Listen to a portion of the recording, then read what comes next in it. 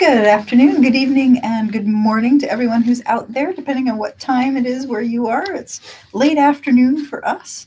It's lovely to have everybody join us. I'm Tahisha McCabe, and Graham Holton is joining me today for our last chat session for the 6th week of genealogy researching your family history.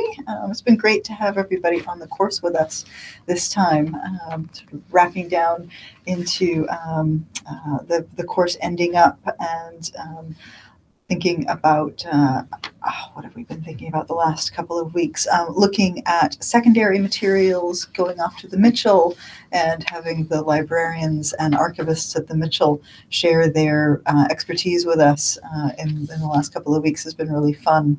And then this week, looking at how to actually present your data and resources, as well as getting your teeth into referencing. And just to remind folks that on our website, we have our course referencing guide available for free download if you're interested in that. You can go on to the University of Strathclyde genealogy website, and that's there available for download. So the course is ending, sadly, on Saturday, but you'll have another couple of weeks of free access to the course, and then if you want to continue access, you'll need to pay for the upgrade. But we will be running the course again in January. It's going to start again on the 21st of January. So if you know of anybody who's interested in taking it, please do share that with them. And you can also come back and take the course again if you want to. I'd love to have you take the course again. So not much is going to change in those couple of weeks. We've got holidays coming up, so we're going to take some time off. But one thing that will be different on the upcoming course is that in one of those weeks I'll be over in the States attending a big genealogy event called Roots Tech, and during that week I'll put up some thoughts and pictures and experiences that I'm having during the Roots Tech event. So that'll be like a little sort of diary for that week on the course. So if you're interested in that, you can join in for that. So right, so Graham's going to help us out with all of the DNA genetic genealogy questions that have been coming up, and I'm really glad that he's here because he's a true expert in this, and my knowledge is much more beginner level. So he's got quite a few questions to answer. There's other questions that have come in on the discussion forums, but please, if you want to answer questions during the live stream, you can input them, and then it'll sync up for us sitting here, and we'll be able to see those as well. You can actually also ask questions via our Twitter account as well. So, right, so I'll pass over to Graham. Thank you very much for being here. Thank you very much. Thank you. Right, what I'm going to try and do is we've got a variety of questions here. We're going to start off with a fairly general one, and then move into looking at several questions relating to autosomal DNA, or ATDNA as it's abbreviated, and then a number on Y-DNA. So, first of all, a fairly general question here, which looks at issues relating to different types of tests. One from Susan Graham. She's saying that she's frustrated because the DNA testing services don't group DNA results from different tests. Because her uncle had taken a Y-DNA test. She took a family finder test, which she's querying that she's saying that must be autosomal. It is autosomal. Family Finder is the name that Family Tree DNA give to their autosomal test. But she was finding it rather strange that her uncle didn't come up as a match to her. Now, the issue here is that these are really completely different tests, testing for completely different things. So the Y-DNA test is testing on the Y chromosome, which is only passed down through the male line. So it's only, in fact, a very, very small proportion of your total ancestry is being tested on that. But nevertheless, it is a very useful test and very good for certain types of research. The other one, the Family Finder autosomal DNA test, is looking at all lines of your ancestry. So it does not test the Y chromosome at all. So there is no way that if those two tests have been put together, there's no way that her uncle could have matched up with her, because he's not done an autosomal DNA test. So that's the important difference. And that's why they're grouped separately. There would be little value in grouping these together, really. Okay, so that clarifies an issue there. She does mention towards the end of her question that perhaps this is another reason to download results and share at the GEDmatch site. Now, just to clarify things, GEDmatch will only accept autosomal DNA test results. They do not accept Y. So it's for matching on autosomal, basically, the GEDmatch site, not for Y DNA testing. Okay, Sounds like her uncle needs to take the autosomal test. Well, that's right. If she wants to see if there's a match, Yeah. and there should be a fairly close match between an uncle and a niece. Yeah. Yep. Okay, now let's have a look at a number of questions on autosomal DNA next. And first of all, this is quite a general one here from Keith Turner. Why can't DNA recognize the Celtic race? Now, this is a thing that can be discussed, the question of race and the use of the term race, and similarly the term ethnicity is something that can be discussed at length, so I'm not going to go into great depth about it. But race and ethnicity have been tended to have been used in different ways by different people in the past, and perhaps nowadays, from what we know, it would be better not really to use it at all. Or if you are going to use the word race, use it to describe what's really a cultural identity rather than anything else. So coming on to the Celts particularly, the Celts are made up of many different groupings, but they all did share a similar culture. So many of the autosomal DNA test results, of course, the reports are termed ethnicity breakdowns or ethnicity results. They tend to use that terminology, which is a bit unfortunate. More accurately, we would term it biogeographical admixture, or just admixture in short, because it's becoming clearer and clearer with the research that's going on now, particularly into testing of very ancient human remains, that humans are, in general, are almost always very much a mixture of genes from different groupings, and this is the case very far back, many thousands of years ago. In fact, it's even been found the last few years that other archaic human populations, so we're talking about people like the Neanderthals and other archaic groupings that have been discovered that we didn't know about previously, they did intermarry with Homo sapiens, and it's now estimated that for non-Africans living today will carry on average 2 to 4% Neanderthal DNA within them. So we're all very much mixed, and so the terms race and ethnicity, as they're often used, are not particularly appropriate now. Okay, so that's all that we can really, as far as we can go into that today. Right. Now, a question from Michael Gillen. He's done a DNA test on Ancestry and MyHeritage, so that will be an autosomal DNA test. And he's found that his origins are very similar. The reporting from both companies give similar breakdowns. MyHeritage had a higher percentage of Iberian and small amounts of Italian and Greek. And he's wondering what experiences are with family tree DNA and whether that's worthwhile. Family tree DNA for their autosomal tests, which they call, as I mentioned earlier, Family Finder, don't have that many geographical areas that they break the results down to as compared to most of the other companies at present. Of course, you have to remember it's a continually changing picture that the companies are always developing things and upgrading results and so on. And maybe a lot of you will realise who've tested with Ancestry that there's quite a recent major upgrade to the admixture results. But as I say, Family Tree DNA don't have that specific a breakdown at the moment.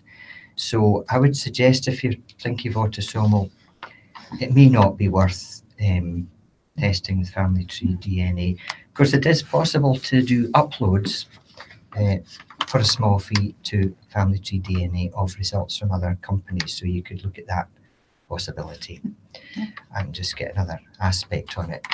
But of course, apart from the admixture breakdown, you've got the cousin matching aspect of things. So it gives you access, if you go onto another database, access to more possibilities of matching up. Yeah, and I suppose if the fee's fairly minor, then just for that cousin matching alone would be a good idea to upload to Family Tree. And sometimes some of the companies will offer free uploads as well. I don't currently know which ones are doing that. And I think MyHeritage were doing that at one point. Yeah, actually pretty recently. I think so. It may still be ongoing. I think they stopped it. Anyway, but Living DNA were also offering free uploads. Again, not sure if that's still in operation. So it's worth checking on these things, changing all the time. Yes. Okay. Right. Let's see now. Another one on autosomal DNA. Yes. Laura Lynn Staton has done an Ancestry DNA test. Comes back with areas of where your relatives came from. She's asking what type of test is it. So if you're getting a breakdown like that, it's definitely an autosomal DNA test. And that is the one that looks at all lines of your ancestry. Right, and she goes on to talk about the recent recalibration of results. This is what I was referring to just now. There's been a major upgrade recently. And she's wondering how that's possible, that the results have changed. Well, these results are based mainly on reference populations, and Ancestry increased the reference populations enormously over with this latest upgrade.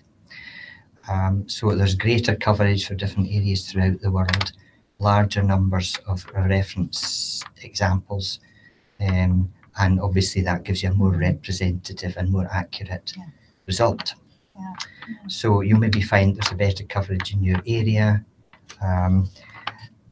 Most people, I think, have found with the upgrade that it is more along the lines of what they were expecting, confirming what they already know. There are exceptions. There can always be exceptions. And it's not looking as good as it was before, and these oddities just sometimes happen with our current knowledge and understanding and the reference samples that we have. They're not always going to give an accurate result at the current state of knowledge. Yeah, I certainly found with my ancestry test that the recalibration made it far more accurate as far as what I know about my family background. Before it was very broad brush, and suddenly it was like, oh, that really does reflect more accurately what I knew. And I had also tested with Family Tree DNA, my autosomal, and initially found that was far more accurate, and my ancestry one was not so accurate at all. But now they're pretty close, actually, in what they're recording. So I mean, it would appear that as far as we know, Ancestry probably have the largest set of reference populations currently amongst the companies. But again, we need to emphasise that this is always changing. And the reference populations are test results that they have available for people from specific areas, parts of the world, and the usual practice is that these people have all their 4 grandparents coming from fairly close, similar area. Okay. Right. I did mention earlier when I was starting to answer that question about the the fact that the autosomal DNA does test all lines. But something that you do have to remember is that after a number of generations, because the amount you share from ancestors further and further back reduces continually, roughly by half or so at every generation, there does come a point, sometimes around about 5 to 7 generations back, that there may be an ancestor you don't inherit any recognisable, at least, segment of DNA from. So your admixture results are going to be reporting on those ancestors, or the origins, supposed origins of the ancestors that you've actually inherited recognisable amounts of autosomal DNA from. So it won't necessarily give you a representative picture of where all your ancestors originated from. Right. Frustrating. Yes. Yes. Okay. Actually, Laura Lindstatten also mentions that she is wondering about the 23andMe test and how that matches up with others. Yeah, it should give reasonably good results as well. It tends to be fairly North American based, biased probably in the folk that test with it, which can sometimes skew results a little bit. It has a fairly large database, larger than some of the other companies, and of course, particularly initially, it did have quite a strong health-related focus. A lot of people testing to try and get health-related information out of it. But yes, it should be a reasonably good result as well. Yeah. Good. Right, now I think possibly we've covered the specifically ATDNA questions, so let's have a look at some relating to Y-DNA now. So just to emphasise again, the Y-DNA test is the one which tests the Y chromosome, which is only passed down the male line. So it must be an unbroken male line. Right, Donna Jones has 3 siblings and herself who've all tested on Ancestry. So that will be an autosomal DNA test.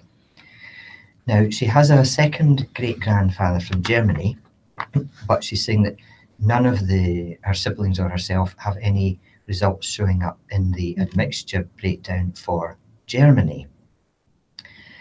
She uploaded her results to Living DNA and it showed 16% East Balkan. Yeah. So she's realising there have been boundary changes and so on. She's also had her brother take a Y test, and she's wondering if that will help to determine where the second great-grandfather came from. So she's wondering if there's any suggestions on how to utilise the Y-DNA test. So this obviously touches on ATDNA as well, and the second great-grandfather would on average 6.25% of his DNA, so it's getting fairly low. It's possible that the East Balkan might indicate his ancestry. Perhaps the family originated not that much far back from a different area and moved into Germany, possibly. Anyway, the question of how to use Y-DNA, it may be possible to get some clues from that. If there are close matches there on the Y test, you might find some close matches from Germany perhaps, or fairly geographically close to Germany, and perhaps making contact with these folk might elicit some useful information about the origins of their lines, which might match up with your own line. So it's a possibility that you can get clues there, yes. Okay. Right, Trish Conder, husband and 3 distantly related family members took a Y-DNA test with Family Tree DNA. And the aim was to try and prove that documented family trees were correct in showing that 3 branches of the Conder family all descended from a common ancestor, Edward Conder, known to be buried in Kirkby Lonsdale in 1542. And that's in England, yes? And that's in England, Okay, yes. great. Good. Phew, got that right. So the results didn't show matches. Ah.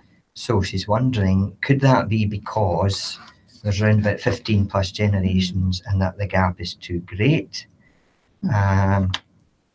And she's just generally a little bit confused about what might be going on here or might not be going on. Right. It's not likely to be due to the 15 plus generations, I should say, because the Y-DNA does tend to transfer down fairly closely with not that many changes over many hundreds of years. So it's unlikely to be that, but it is possible that within that period of time, so we're talking about nearly 500 years here, it's possible that the STRs, which are tested in the basic Y-DNA test, may have diverged. So there will have been some changes over 500 years. And if each of the lines have diverged in different directions, it's possible that that might push them out beyond the threshold that family tree DNA use, because they do have obviously they have to have a threshold. And if the match falls within that threshold, they're regarded as closely related. Okay. And will show up as matches on the website. If they're out with that threshold, they will not show up as matches. So, for example, a 37 STR marker test, the threshold is a genetic distance of 4.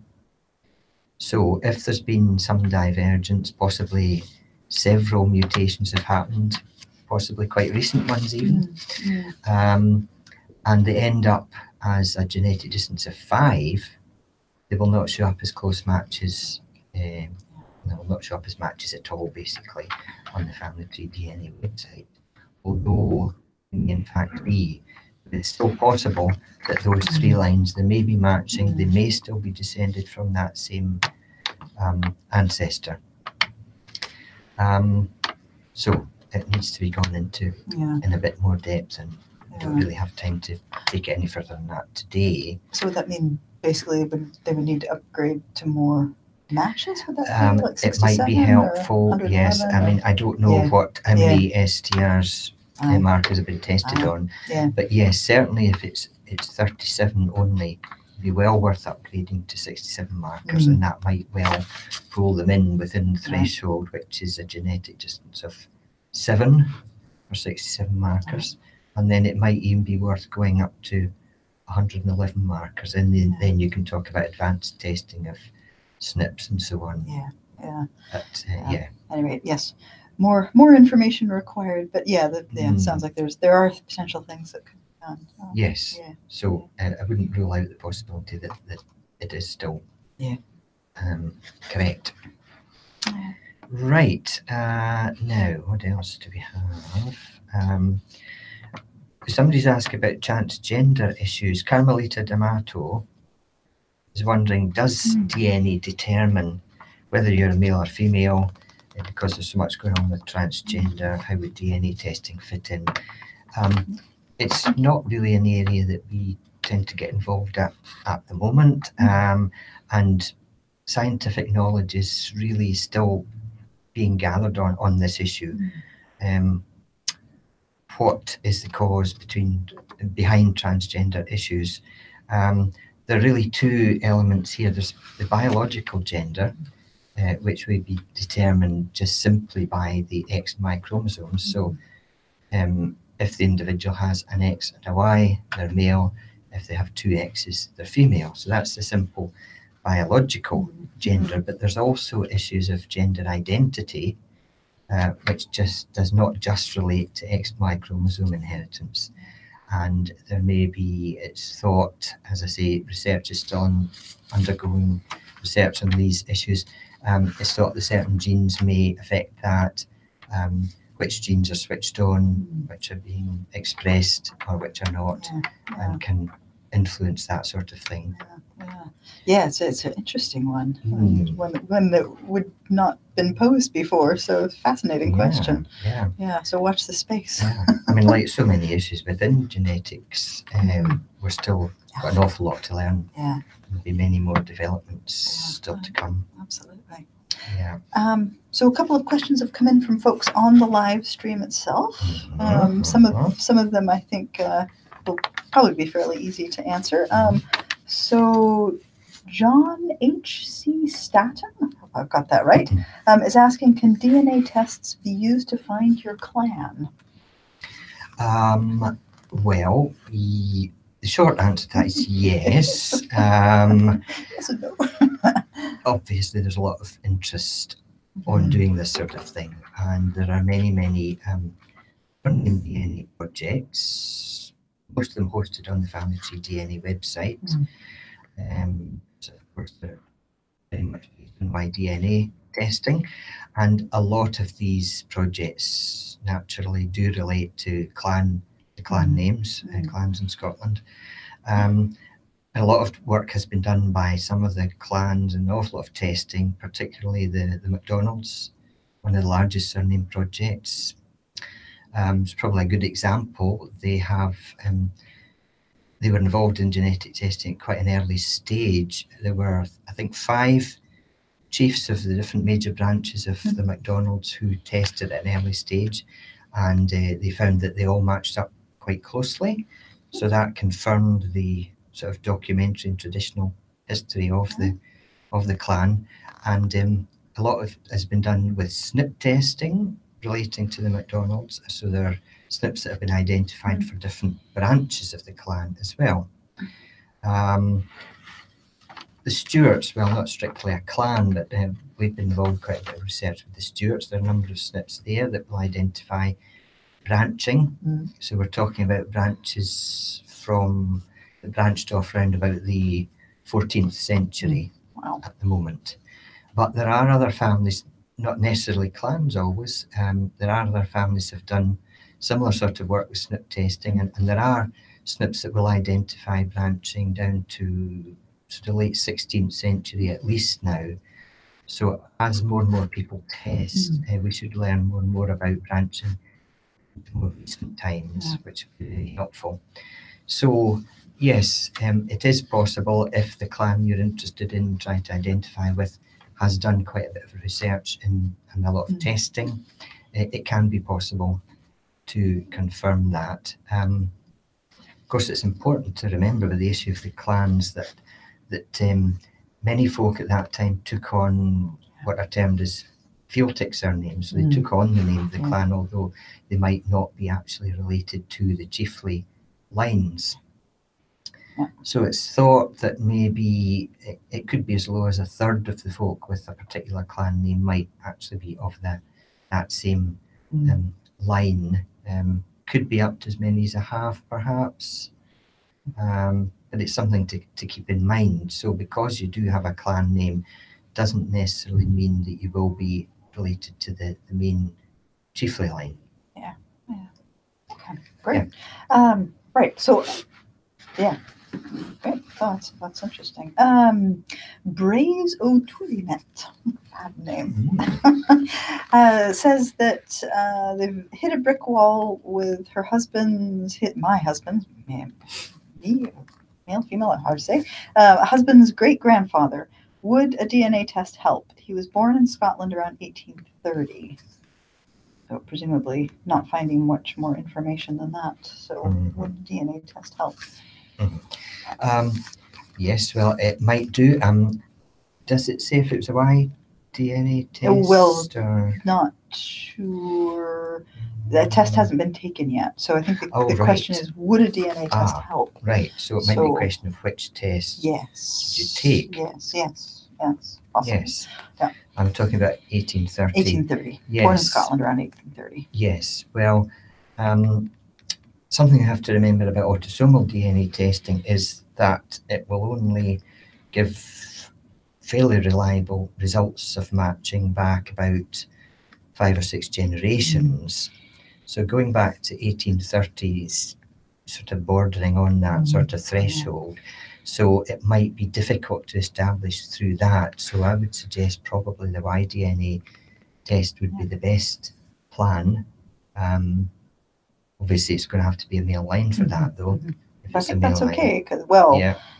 husband's great grandfather. So yeah, so we Yeah, don't know if don't it's know if there's a the female female link in there, yeah. but if it's a male line, or alternatively, if there is a female link, but they know of a male line descendant of that individual, then if they could try and persuade them to take a test, the Y-DNA could be useful in providing matches if there are matches coming up in Scotland. There might be contacts could be made there and more information to be discovered. So yes, possibly. Possibly. Possibly indeed. Okay, so we've got a couple of other DNA, but I just, because we're coming up on time, I just wanted to touch on the other questions that were put up on the forum, which weren't DNA related, and a number of those I've actually responded to on the forums themselves. So you might go back and have a look at the forum around the and see if I've responded to your question. Because we're just not going to have time for me to talk about each of them individually. But there were a couple that I haven't actually had time to answer, and just thought I would run through those quickly. Patricia Livingston was curious about how secure are files stored in the cloud. What is there that prevents others accessing it? And really, it's the security around information that's stored in the cloud is partly down to how good your password is, that for the service that you've decided to use, and also how good is the security of the service itself. And there are some services that are better than others. So what I would suggest is that if you're living well, really, in a place that's prone to wildfire or floods or, some big physical challenge, and these days more and more of us are, then I would suggest as a backup having an additional backup either online or in a separate hard drive that you then store off-site as well. So you've got that additional backup for your files. And if you are storing information in an online service, choose one that's well rated, that perhaps you might need to pay a bit for it to get a more sturdy service, but also choose a password that's quite difficult, that you're not using other places, and that's unique to that service. Information that's stored in these providers is encrypted, so that's a level of security. But there's nothing that's perfect. But I have to say that if you're sitting in your computer at home that's connected to the internet, people can hack into your service. If you're not being careful about, if you're clicking on links and things like that, and potentially allowing people into your computer. So there's levels of different layers of security. So, and yeah, it depends on who you talk to. But I mean, I have to say that at home, we have everything gets backed up onto an online service. We have a very crazy password, and I've never felt uncomfortable about using it. So, but yeah, it's a personal choice. That's for sure.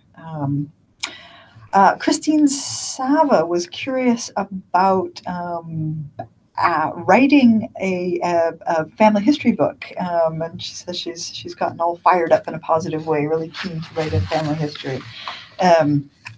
And she's wondering, would permission be required for family members before writing a family history book on past relatives?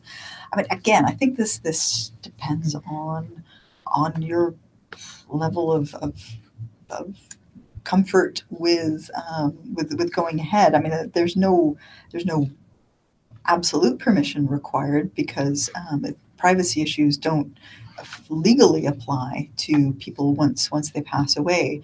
But what I would say is, particularly if someone that you're writing about has died recently, and you come across something that you think might be sensitive or uncomfortable information that you might think think carefully about writing about that information and sharing it publicly as well. So I would say, in most cases, I personally wouldn't consider that permission would be required from other family members before you write a family history book. But you might canvass opinion and see how people feel about it. It's a difficult question to answer 100%. I think it depends on you, your family, your relationships with your family, and also how recent in time the people that you're going to be writing about are.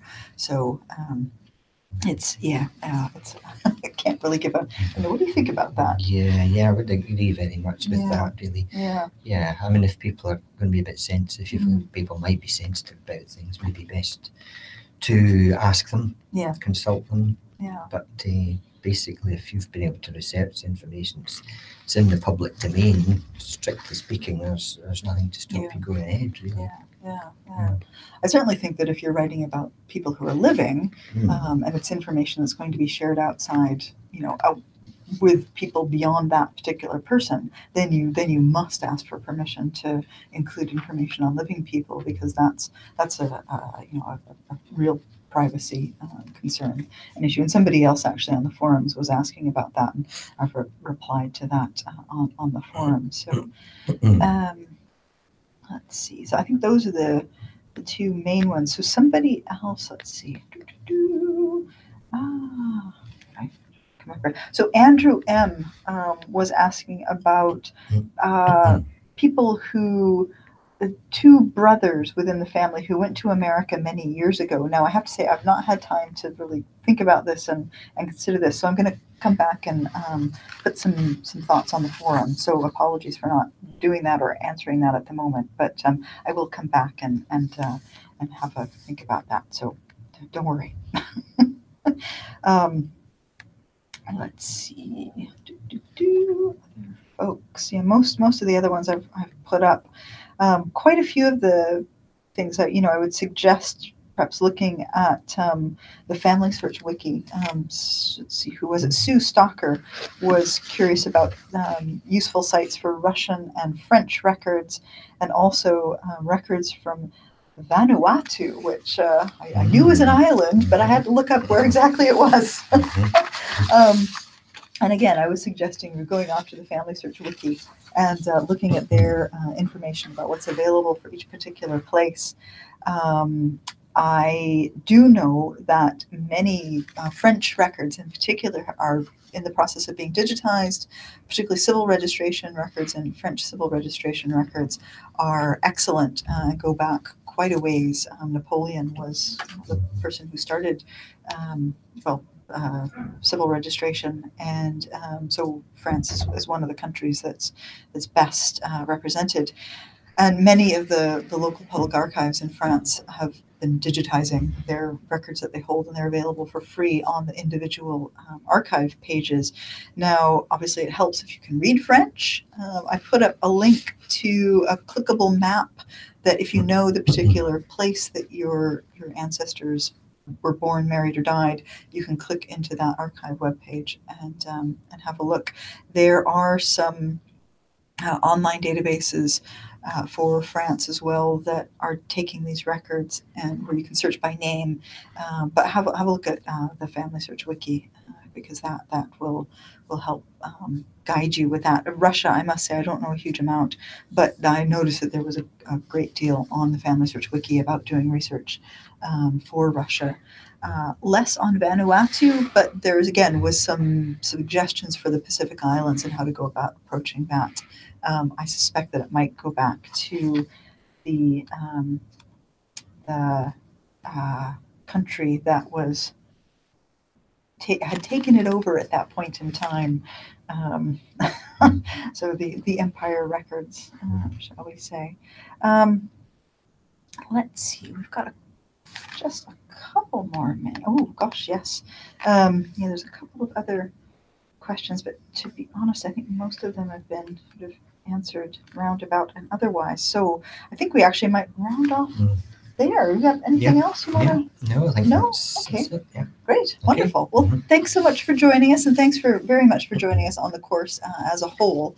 It's been lovely just watching the interaction on the forums and how people are responding and following up with questions and answering questions for one another.